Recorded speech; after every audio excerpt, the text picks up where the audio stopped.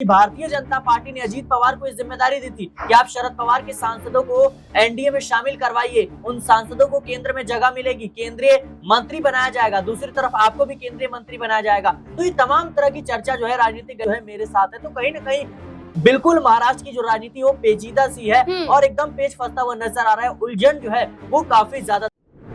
महाराष्ट्र में मुख्यमंत्री देवेंद्र फडणवीस और उप मुख्यमंत्री एकनाथ शिंदे के बीच में शीत युद्ध देखने को मिल रहा है, जहां देवेंद्र फडणवीस एकनाथ शिंदे के मंत्रियों की नाकाबंदी कर रहे हैं, जहां देवेंद्र फडणवीस एकनाथ शिंदे के फैसलों पर रोक लगा रहे हैं, तो वहीं एकनाथ शिंदे हैं कि देवेंद्र फडणवीस का साथ देने के लिए आगे नहीं आ रहे हैं। तो क्या महायुति गठबंधन महाराष्ट्र में टूट जाएगा? क्या महाराष्ट्र की राजनीति में महायुति गठबंधन टूटने के साथ साथ भारतीय जनता पार्टी की सरकार भी धराशायी हो जाएगी? क्या देवेंद्र फडणवीस का मुख्यमंत्री बनना भारतीय जनता पार्टी में एक सही फैसला नहीं था? क्या एकनाथ शिंदे की फैसले को लेकर देखा जाए, जहां एकनाथ शिंदे के चेहरे की बात की जाए, नजरअंदाज करना भारतीय जनता पार्टी पर भारी पड़ रहा है? महाराष्ट्र की राजनीति से जुड़े हुए तमाम सवाल खड़े हो जाते हैं कि अब क्या महायुति गठबंधन टूट ही जाएगा, जहां देवेंद्र फडणवीस ने एकनाथ शिंदे के 20 विधायकों से सुरक्षा वापस ले ली, जहां एकनाथ शिंदे के फैसले को देखते हुए मुख्यमंत्री तक पद नहीं दिया जाता है, जहां एकनाथ शिंदे को गृह मंत्रालय नहीं दिया जाता है। तो वही एक और बड़ा प्रोजेक्ट है जिस पर जांच के आदेश देवेंद्र फडणवीस ने दे डाले हैं।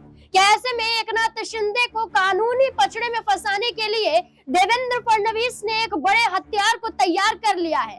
और ऐसे में क्या एकनाथ शिंदे अब देवेंद्र फडणवीस को अब एक बड़ा नुकसान पहुंचाते हुए भी नजर आ सकते हैं? तमाम सवाल हैं, तमाम सवालों के जवाब लेंगे। मेरे साथ मेरे सहयोगी सिराज मौजूद हैं। सिराज, पहले तो आपका बहुत बहुत स्वागत है।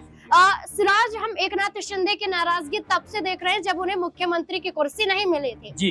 अब ये देख रहे हैं कि देवेंद्र फडणवीस हर महीनों में एकनाथ शिंदे के मंत्रियों, विधायकों और खुद एकनाथ शिंदे की नाकाबंदी कर रहे हैं। क्या देवेंद्र फडणवीस के ये फैसले, और एक फैसले के बारे में चर्चा कर लेती हूँ, हाल ही में शिंदे के कार्यकाल के दौरान एक जालना जिले की एक परियोजना थी जहां 900 एकड़ प्रोजेक्ट था। इस प्रोजेक्ट की जांच के आदेश दिए गए हैं और देवेंद्र फडणवीस ने ये जांच के आदेश दिए हैं। क्या एकनाथ शिंदे को फंसाने की कोशिश कर रहे हैं देवेंद्र फडणवीस? जाहिर सी बात है नाज़मीन, जिस तरीके से भारतीय जनता पार्टी की शानदार वापसी होती है, मजबूत स्थिति में महाराष्ट्र में पहुंचती है, वैसे ही एकनाथ शिंदे से सबसे पहले मुख्यमंत्री की कुर्सी छीन ली जाती है। उसके बाद गृह विभाग भी उन्हें नहीं दिया जाता। लेकिन कहीं ना कहीं उस वक्त से ही नाराज जो है एकनाथ शिंदे माने जा रहे हैं। एकनाथ शिंदे की नाराजगी खुले तौर पर देखने को मिली थी। हालांकि डिप्टी सीएम का पद उन्होंने जरूर स्वीकार कर लिया, लेकिन इस पद को स्वीकार करने के मूड में बिल्कुल भी नहीं थे। लेकिन उसके बाद से देखा गया, हाल ही में शरद पवार से उनकी मुलाकात होती है और उस दौरान भी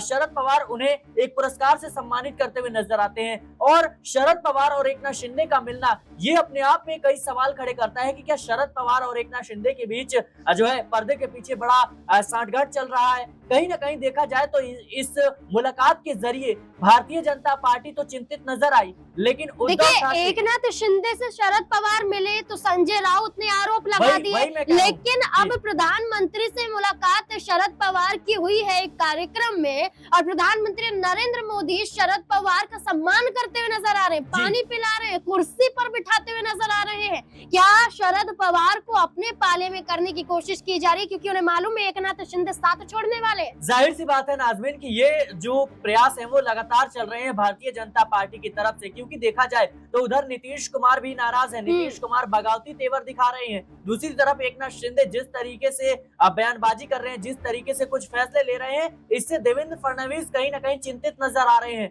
और इसी लिहाज से जो शरद पवार हैं, उनके विधायकों और सांसदों पर भारतीय जनता पार्टी की नजर है और शरद पवार भी कहीं ना कहीं इस बात को समझ चुके हैं कि मेरे बाद जो है सुप्रिया सुले का भविष्य का क्या होगा, जो एनसीपी पार्टी है उसको कैसे संभाला जाएगा। भले ही आज अजीत पवार को प्रधानमंत्री मोदी ने अपनी गठबंधन में जोड़ रखा है, ये वही अजीत पवार है जिनने शरद पवार की पार्टी तोड़ी, लेकिन फिर भी कहीं ना कहीं शरद पवार मजबूर है। और दूसरी तरफ देखा जाए तो जो शरद पवार के सांसद हैं वो कहीं ना कहीं एनडीए में शामिल हो सकते हैं, इस बात की भी चर्चा चल रही है। इसी लिहाज से देखा जाए तो एकनाथ शिंदे के खिलाफ लगातार भारतीय जनता पार्टी ऐसे फैसले ले रही है जो देखिए, कहीं न कहीं शरद साफ तौर पर- पवार को बीजेपी अपने पाले में ला रही है तो एकनाथ शिंदे भी अपने सांसदों की संख्या बढ़ाने में लगे हुए हैं। जी। उद्धव ठाकरे से साठगांठ हो सकती है, इस बात की भी चर्चा की जा रही है। हाल ही में संजय राउत ने कहा कि उद्धव ठाकरे एकनाथ शिंदे को 2019 के दौरान मुख्यमंत्री बनाना चाहते थे, लेकिन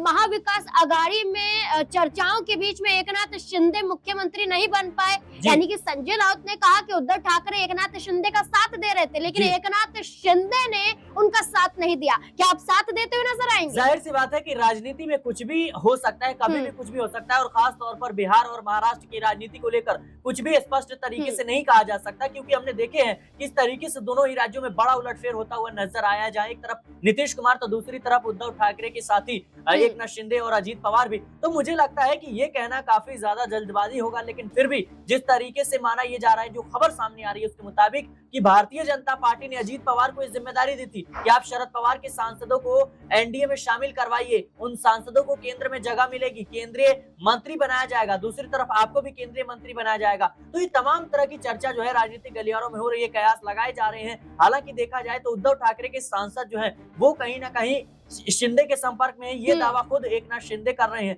लेकिन दावे करना और वाकई में वो सांसदों का होना, दोनों में जमीन आसमान का फर्क है। क्या एकनाथ शिंदे डर गए थे भारतीय जनता पार्टी से, इसी वजह से वो इन तरह के दावे कर रहे थे कि भाई अगर उद्धव ठाकरे को आप शामिल करने की सोच रहे हो तो उनको तो शामिल कर लोगे, लेकिन उनके सांसद जो है मेरे साथ है। तो कहीं ना कहीं बिल्कुल महाराष्ट्र की जो राजनीति वो पेचीदा सी है और एकदम पेच फंसता हुआ नजर आ रहा है। उलझन जो है वो काफी ज्यादा देखने को देखिए, यहाँ पर एक आखिरी सवाल लेना चाहूंगी कि जब दिल्ली में रामलीला मैदान में शपथ ले रही थी बतौर मुख्यमंत्री के तौर पर रेखा गुप्ता, तो तब प्रधानमंत्री नरेंद्र मोदी भी मौजूद थे और एकनाथ शिंदे से जो मुलाकात प्रधानमंत्री नरेंद्र मोदी ने की है, ये कहा जा रहा है कि प्रधानमंत्री खासकर भारतीय जनता पार्टी एकनाथ शिंदे से डरी हुई भी है और एकनाथ शिंदे पर एक्शन इसलिए लिया जा रहा है ताकि एकनाथ शिंदे भी डरकर बीजेपी के साथ रहे। क्या कहना? जाहिर सी बात है कि देखिए भारतीय जनता पार्टी का हमेशा से ही ये कहीं ना कहीं एक रहा है कि देखा जाए तो अजीत पवार के खिलाफ यही प्रधानमंत्री मोदी, यही सीएम देवेंद्र फडणवीस कहते हैं कि अजीत दादा चक्की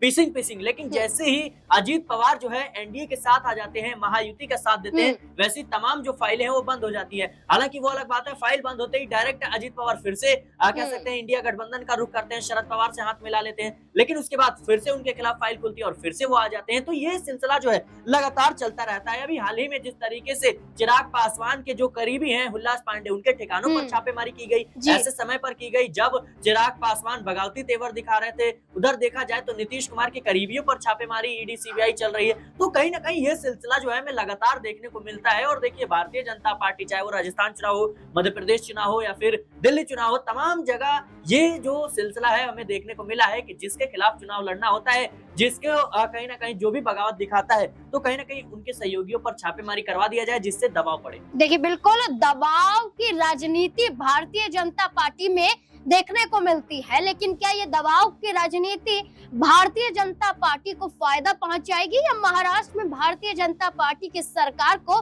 नुकसान पहुंचाती हुई नजर आ सकती है? इस मुद्दे को लेकर आप क्या सोचते हैं? अपनी राय कमेंट सेक्शन में जरूर दें। देखते रहे SPN9 न्यूज। धन्यवाद।